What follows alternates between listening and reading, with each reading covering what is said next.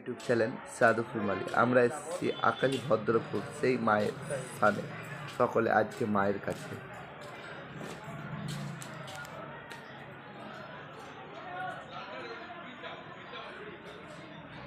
বীরভূম ডিস্ট্রিক্টে সেই মায়ের মন্দির রয়েছে, এখানে আপনারা অনেকেই দেখেছেন বা শুনে এসছেন। সেই ভিডিওটি আপনাদের কাছে আজকে তুলে ধরছি, সাথে থাকুন, পাশে থাকুন। সেই মায়ের গঙ্গা স্নান এখানেই করা হয়।